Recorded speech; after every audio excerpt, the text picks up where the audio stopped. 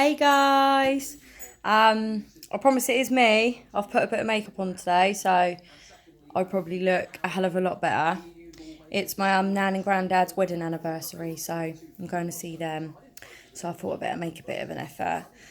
Um, Today I wanted to, while the kids are at school and I'm just sat here, I thought I'd do another video.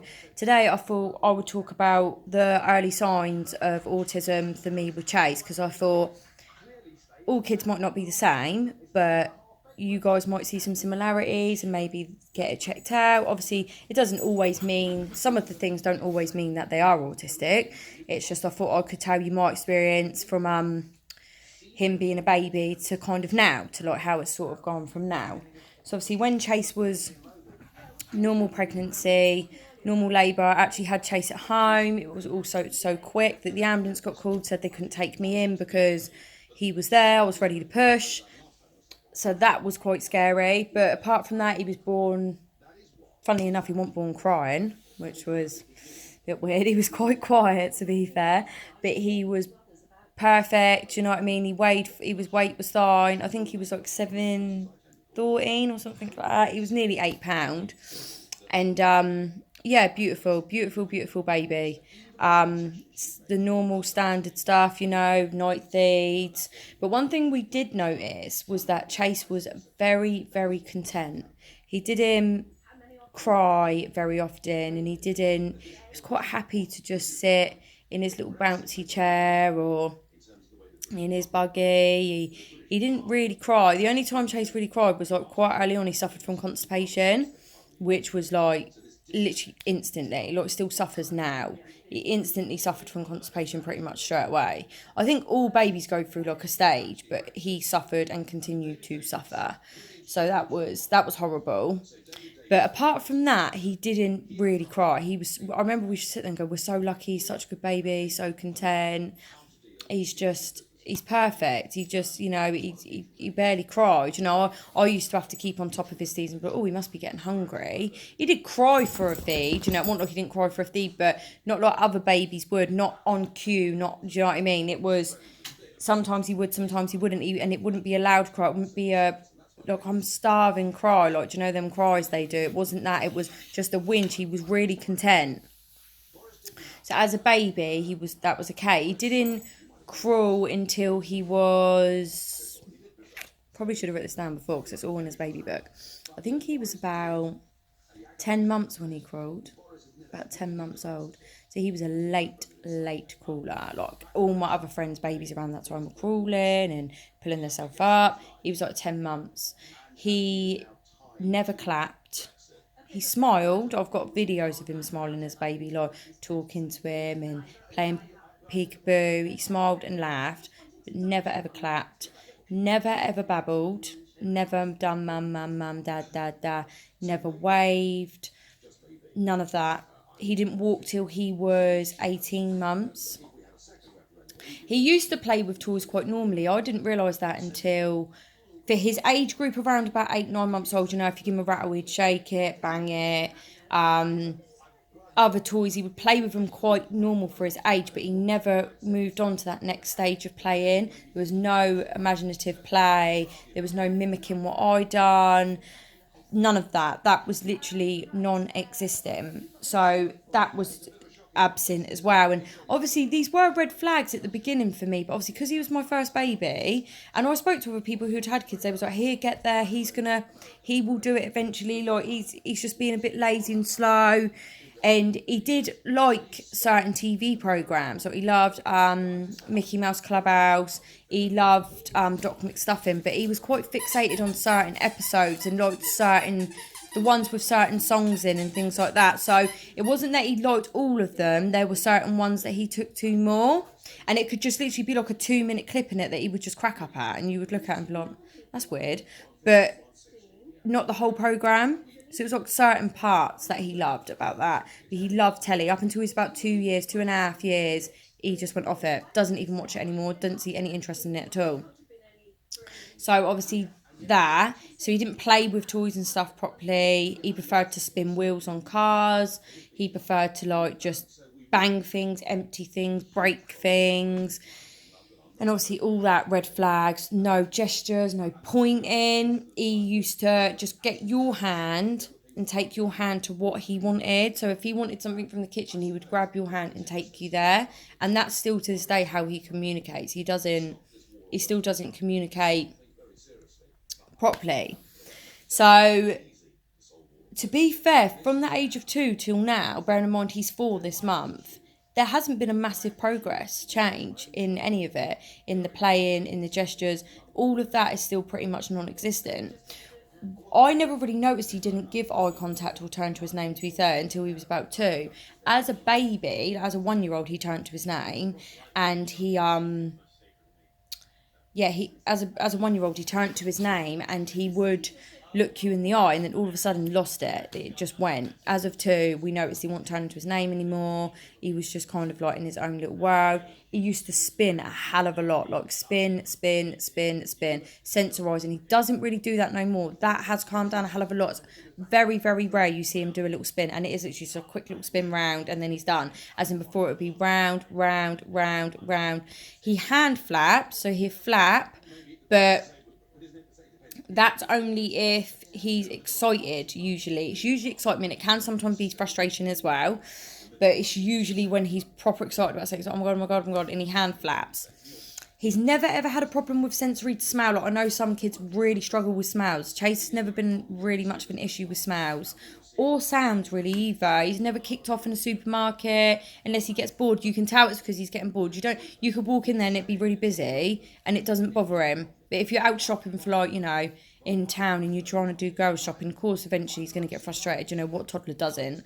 But he is quite good with that. He does like being out and about. You know, fire engines going past don't bother him. Hoovering don't bother him. Like, so sounds and smells definitely have never ever been an issue. Chase is also a really, really good eater. He's such a really good eater. He eats everything, every fruit, every veg. And when I say this, I know because I've spoke to other autism parents and I know they're like, you're so lucky because my kid just eats nothing. So I know that this is like a massive thing for other people. And to be honest with you, Chase only ate baby food and only 2 certain types of baby food, lasagna and spaghetti bolognese, which is basically the same thing. Until he was about 2.5. That's all he ate. Bar a yogurt occasionally, bar a packet of Wotsits occasionally. I was still even buying like baby wafer things and stuff for him that he just couldn't get out of the habit of it. And then one day I just got to the point I was like, look, Chase, you need to start eating, you know, you've got to try different things. And I remember I got some sketty hoops for him because I thought that's quite close to like lasagna and stuff. It's like, it's not, but it's tomato sauce and it's pasta. So I put it on his high chair and he just kicked it straight off. Reached straight away, hated it. You could tell he was like, no, I'm not eating that. And I just put it back on. But at the time, he was still sort of into certain things on programs. So I was like rewinding it, playing, trying to grip his attention onto that so that he would then eventually try it. And he was still finging it off, and I kept putting it back on. And eventually, he touched it. And obviously, that was like a massive thing. I was like, oh my God, he touched it, he's going to eat it. He touched it. And then he, eventually, he picked it up and he put it to his mouth. And you could see he was like, oh my God, I like that. So then for a couple of weeks, we were just fixated on sketty hoops. Like, everything he loved was sketty hoops. So then I thought, I'll make him some chips as well. And like, try to do sketty hoops and chips. Same thing happened again. Kicked the chips off. Didn't want anything to do with the chips. Just wanted the sketty hoops.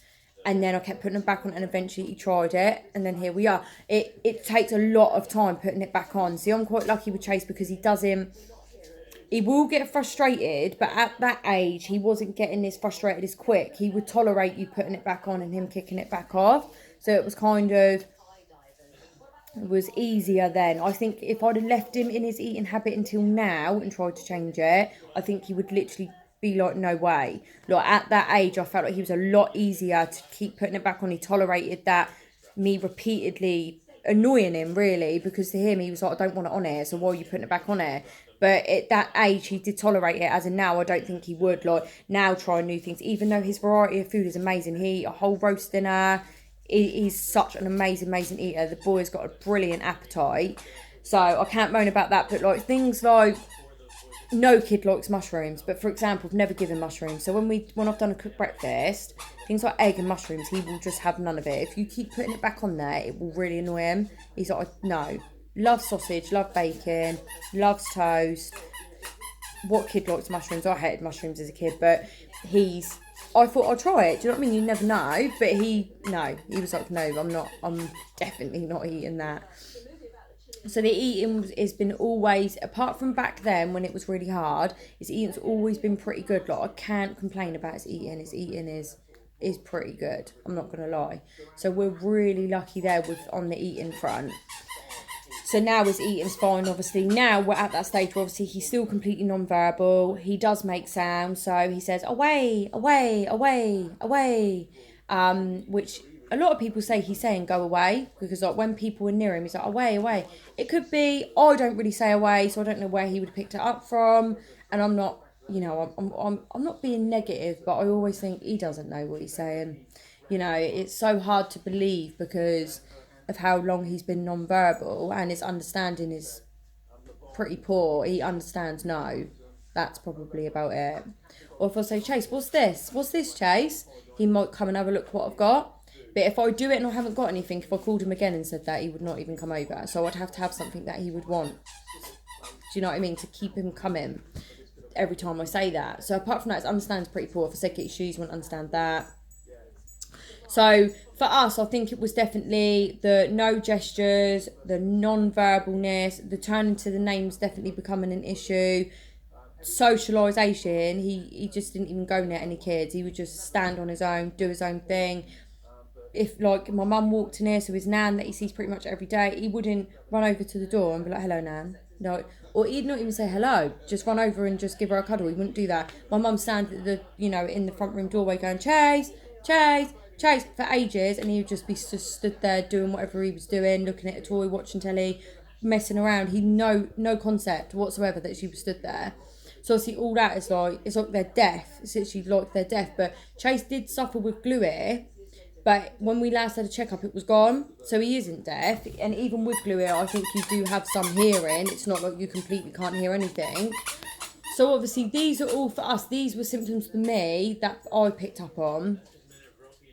It took me a little while. I was in denial for quite a long time, and I think that really doesn't help when you get to, you don't want to believe it. It's horrible as it sounds. You don't want anything wrong to be with your child, and you want your child to be perfect. He is perfect, but you don't, do you know what I mean? It sounds bad, but you don't want him to have to suffer. You don't want him to have to not be able to talk.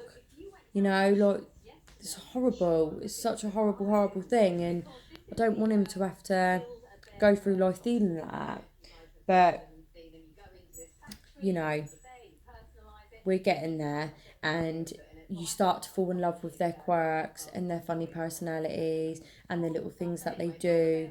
You start to love that. You start to become protective of that and protective of the fact that he's got autism, and you're like, I'm going to wrap him in cotton wool. I'm going to protect him. I'm going to be his voice. You feel more needed, which anyone who's had kids that have grown up and moved out, because I know from talking to like older parents, being needed is like a massive thing. Parents like to feel needed, and I think they feel lost when their kids are gone. So I will always feel needed by Chase, so I suppose that's a positive as well. But guys, if any of your kids are showing any signs, because I remember looking through YouTube and just doing like video after video after video, my advice would be just get it checked out. A lot of people get it checked. A lot of people will turn around and go, oh no, I don't want to, just give them a bit more time. By getting them checked out, you're still giving them time. You're not giving them time. It takes so long to get diagnosed. It's so many appointments, but they can give you tips. They can help you potentially, not help you with an autism child, but they know, like, if there's a speech delay, they can help you with that, which then your child might start talking, and then they're like, there's nothing wrong with them, they're fine, they just had a speech delay. So my advice would be, get it checked out. Don't sit and stress about it. Don't let it do what it done to me. It caused me massive depression, massive anxiety. I almost felt embarrassed and upset and really, really annoyed. It really annoyed me, and I wasn't annoyed at him. I was annoyed at myself. I blamed myself as a parent. I thought I was doing something wrong. I went into, I started having anxiety attacks, and this was all because I was so in denial, and I really didn't want it to be true, that it affected me mentally. Like, my mental health was real bad, and I was really, really struggling.